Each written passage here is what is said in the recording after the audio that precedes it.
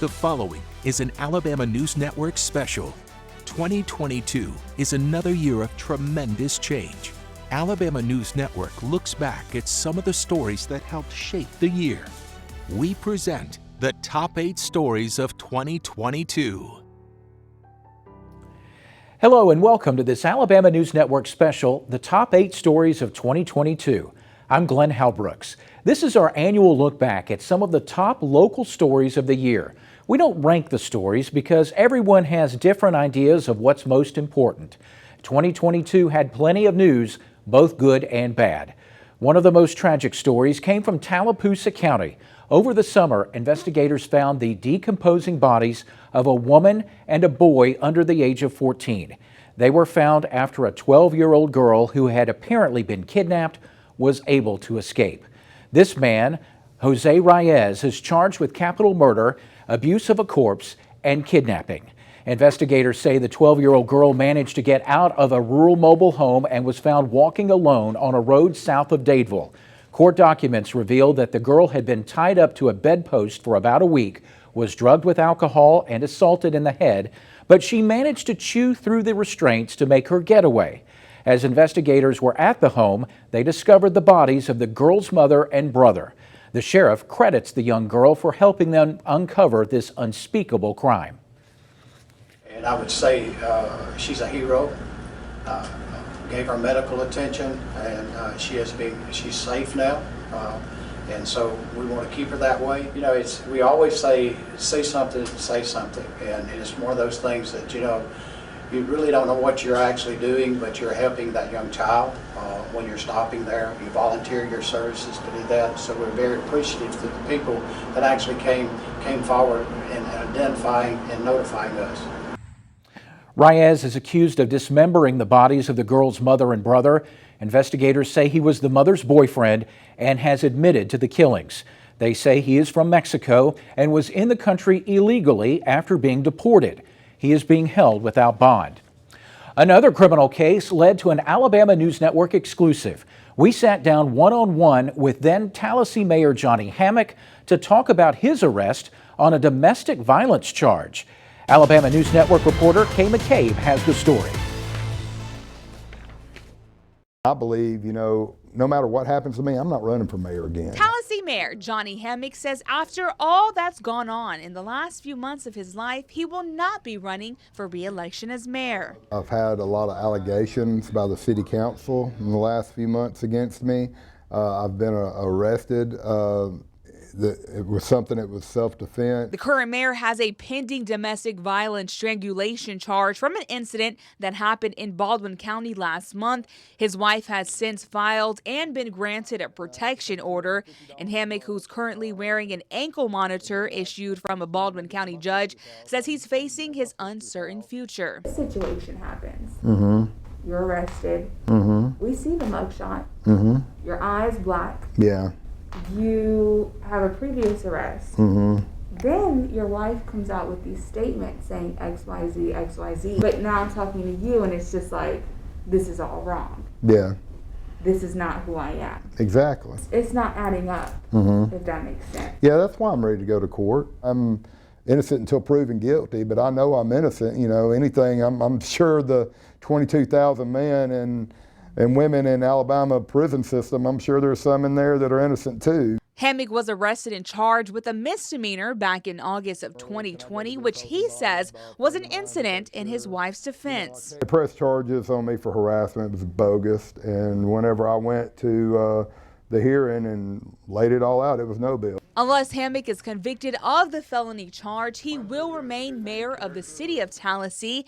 Hammock says knowing what he knows now, and if he could go back in time, he would change a lot. I kind of avoided Christ, and I think a lot of my problems came from that. And I miss my wife. She was my friend. When it was good, it was great, and when it was bad, it was bad. That was Kay McCabe with the exclusive interview. Despite his arrest, Hammock ran for a seat on the Alabama Public Service Commission, but lost in the Republican primary. In June, he resigned as mayor after serving 6 years. This was the year that we said goodbye to some elected leaders who served for decades. U.S. Senator Richard Shelby is saying goodbye to Capitol Hill and coming back home to retire. You'll see how he's being honored. And we'll look back at the life and career of longtime Montgomery County Commission Chairman Elton Dean, who died back in the summer. You're watching the top 8 stories of 2022 on Alabama News Network. Alabama News Network's coverage of the top 8 stories of 2022 continues now. This year, Alabama got the attention of the White House as both President Biden and Vice President Harris came to our area. President Biden was in Pike County in May to tour the Lockheed Martin plant, which makes Javelin missiles being sent to Ukraine. He thanked workers for their efforts in helping Ukraine fight the Russian invasion. But what we don't always see, is the work that makes so much of this possible. And that's you. It's not hyperbole, it's you. You make it possible.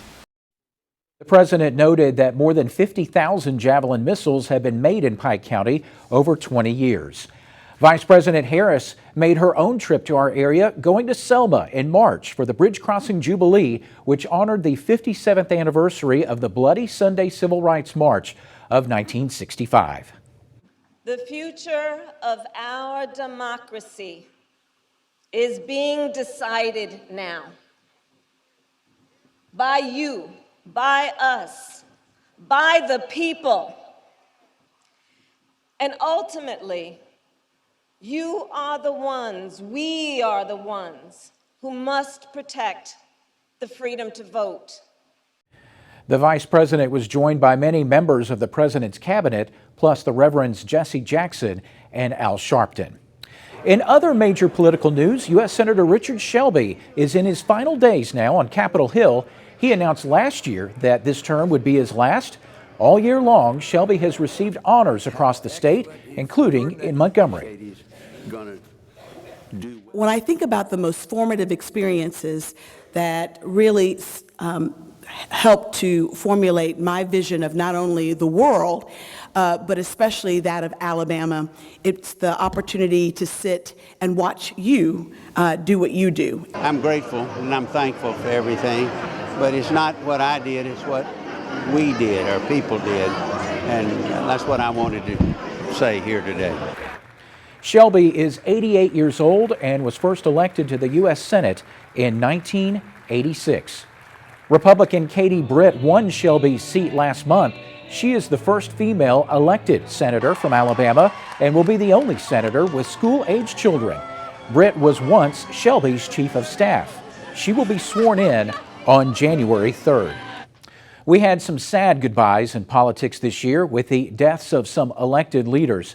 In June, longtime Montgomery County Commission Chairman Elton Dean died after a long illness. He was first elected in 2000, and in 2009, Dean became the first black commissioner to be named chairman by his colleagues. He was also the former president of the Board of Trustees at Alabama State University. A former longtime member of the Montgomery County Commission died this year. Bill Joseph died in May. He was first elected to the commission in 1964 and served 10 consecutive terms, including 30 years as chairman. He retired in 2004. And State Representative Steve McMillan of Baldwin County died in April. He was 80. McMillan was known as the Dean of the House because he was the longest-serving member, having first been elected in 1980. He had battled brain tumors. Education made big news in 2022. Coming up in our Alabama News Network special, the top 8 stories of 2022, an historic Montgomery High School will be closing and 2 other high schools will be getting new names. But first, Montgomery welcomes a new police chief who has his own ideas about how to cut crime. Alabama News Network's coverage of the top 8 stories of 2022 continues now. This year, we had several new faces to take leadership roles in our area. In March, the city of Montgomery introduced Daryl Albert as the new police chief. Albert came from New Orleans, bringing more than 30 years of experience in law enforcement. He held several roles in the New Orleans Police Department, most recently as commander of the Special Operations Division.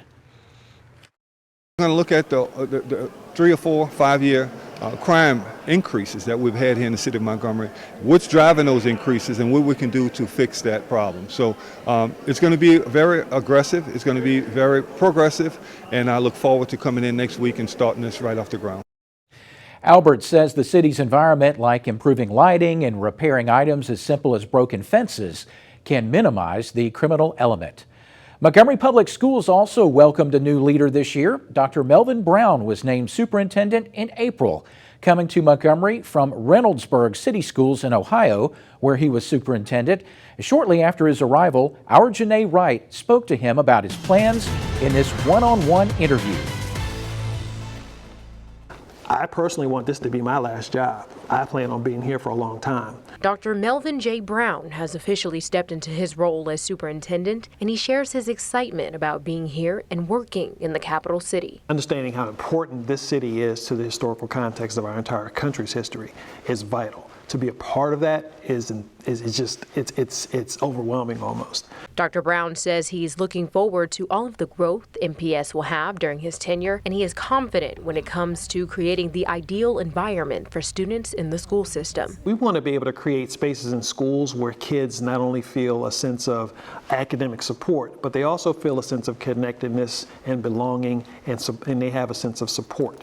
That they have individuals, adults that they can confide in and trust and share information with and count on in times of celebration and of need. He says he would like for the community, parents, and students to share what they want to see done to improve MPS and not just reflect on what has happened in the past. Lots of school districts, lots of people like to admire problems. I'm not one of those people. I want to take that problem and turn it into a solution. Some of the solutions he's hoping to continue to bring to the school district are things like improving infrastructure across all schools and creating environments for students to thrive in whatever it is they want to do in life. We look forward to upgrading our buildings and bringing them into a more of a 21st century learning space environment sort of thing. We have a lot of work to do from an infrastructure standpoint, and there'll be some challenges in that regard.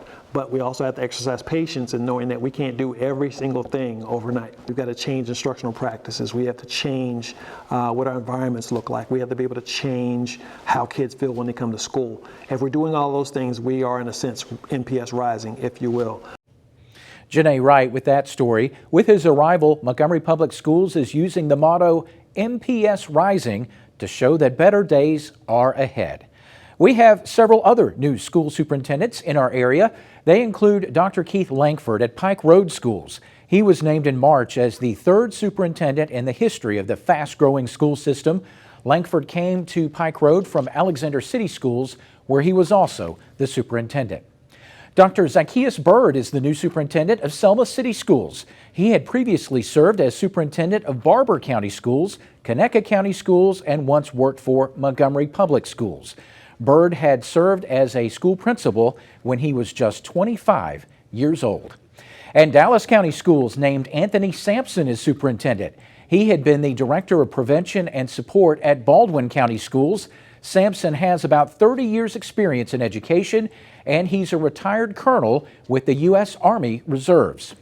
Not only are some school systems getting new faces, 2 Montgomery schools are getting new names. Last month, the school board signed off on new names for 2 high schools that were named for Confederate figures who owned slaves. Our Jerome Jones has more on the school board's decision. 2 years after it was first proposed, 2 Montgomery high schools named after Confederate figures and slave owners officially have their new names. Robert E. Lee High School will now be known as Dr. Percy L. Julian High School. Julian was a black chemist born in Montgomery who was a pioneer in medicine. Jefferson Davis High is to be named after constitutional lawyer and judge Frank Johnson Jr. and 2 civil rights titans, Ralph Abernathy and Reverend Robert Gratz. All 4 men have strong ties to Montgomery. We're talking about individuals who now represent who they are. All 4 individuals representing who they are, their experiences, and the things that they might want to gather out of life versus some names that may not have been so conciliatory to our students in that regard. Board member Lisa Keith strongly opposed the name changes. Changing 2 schools' names to predominantly black names, not only making a statement agenda, causing further division. This to me is an abuse of board power. But two of the names are of white men. Dr. Brown says the names were chosen after community suggestions and surveys. Everyone deserves to be in a space that they're made comfortable. Our job is to make our spaces comfortable for our kids. Bottom line is we're going to make decisions based on what our kids' needs may be, not necessarily on sentiment around whatever nostalgia may exist. A selection committee had initially suggested Freedom and Liberty as the school names. That was Jerome Jones reporting. It's not yet clear when the name changes will actually take effect.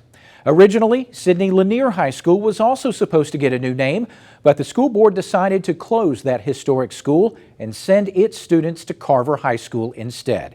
School officials say Lanier's enrollment is below 600 students, while Carver has room to grow. Leaders say renovations at Lanier were going to cost nearly $70 million, and now that money can go to other schools. Lanier students will now gradually be shifted to Carver, which has a much newer school building.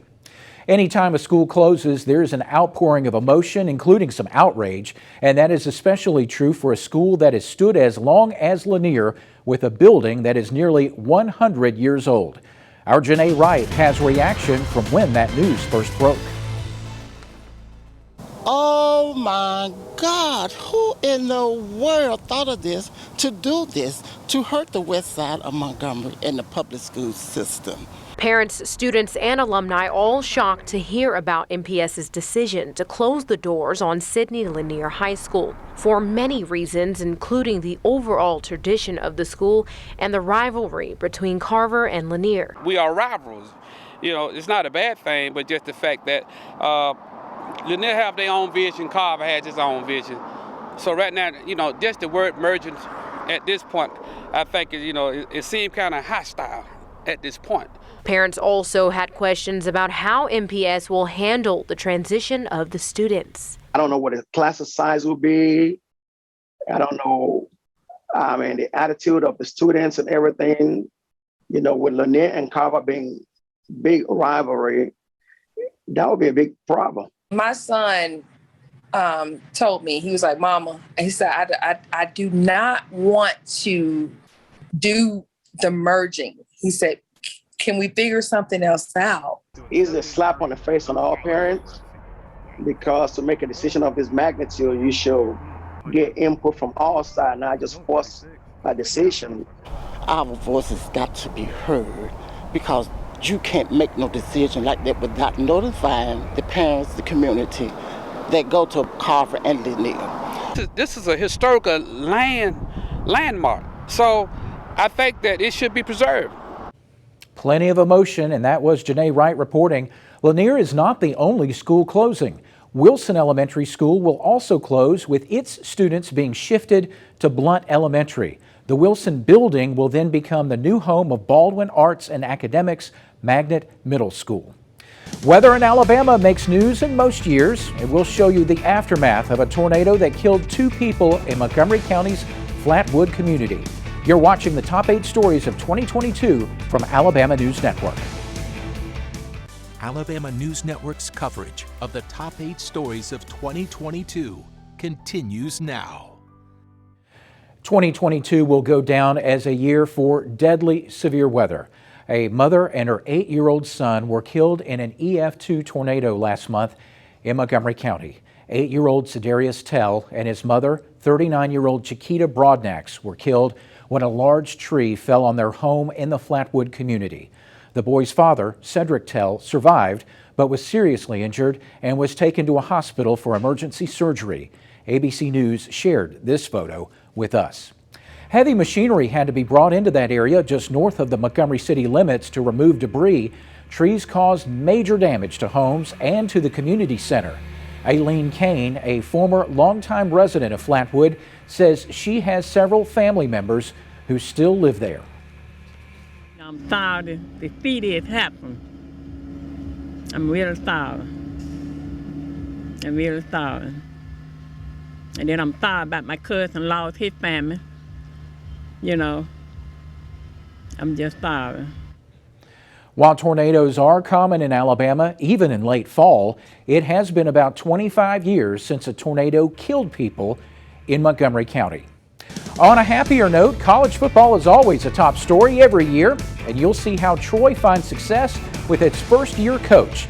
And Auburn is once again changing coaches, hoping Hugh Freeze will make the Tigers red hot once again. Alabama News Network's coverage of the top 8 stories of 2022 continues now. Auburn football fans want to put 2022 behind them as they wish for better days ahead. To get there, they're turning to a new head coach. Hugh Freeze will be taking over the Tigers with the help of former interim head coach Cadillac Williams. Auburn fired Coach Brian Harsin on Halloween after less than 2 seasons. Freeze comes from Liberty, and before that, Ole Miss, where he beat Alabama's Nick Saban twice in a row, but resigned amid scandal on and off the field. Auburn's giving him a second chance as he works to rebuild his reputation and the Tigers' football fortunes. Every job I've ever taken over has had some type of struggles prior to our arrival, and we've been able to turn them fairly quick. And I look forward to that challenge here with this great staff that we're going to put together and these young men that are going to buy in. The Troy Trojans are one football team that turned to a new coach and got immediate results this year. It was actually last December that John Sumrall was named the new head coach, but he didn't take the field to lead the team until this fall. Sumrall was an assistant coach at Troy from 2015 to 2017, so he was already familiar with the Trojans, and as a Huntsville native, he knew the state of Alabama. And here are the results. Troy won the Sun Belt Championship earlier this month over Coastal Carolina. The Trojans finished the regular season 10-2, with those 2 losses coming in September before the hot streak began. The Sun Belt Championship is the 7th in Trojans history and earned the team a trip to the Cure Bowl. CBS Sports says don't be surprised to see Troy enter the conversation for a New Year's Six bowl game next year. And that is our list. What a year of ups and downs, as 2022 is soon to be in the history books. Here are the top 8 stories, which we don't put into any order. First of all, the kidnapping and double murders in Tallapoosa County, the arrest and resignation of Tallahassee Mayor Johnny Hammock. President Biden and Vice President Harris visited our area, and we said goodbye to several political leaders. But we said hello to a new Montgomery police chief and several local school leaders. Montgomery announced the closing of Lanier High School and the renaming of Jeff Davis and Lee High Schools. A tornado killed a mother and son in the Flatwood community just outside Montgomery city limits. And Troy's new football coach hit the field, while Auburn introduced a new coach to lead the team next year. Thanks for watching this Alabama News Network special on the top 8 stories of 2022. We look forward to sharing the news of 2023 with you. For all of us at Alabama News Network, I'm Glenn Halbrooks. We'll see you soon.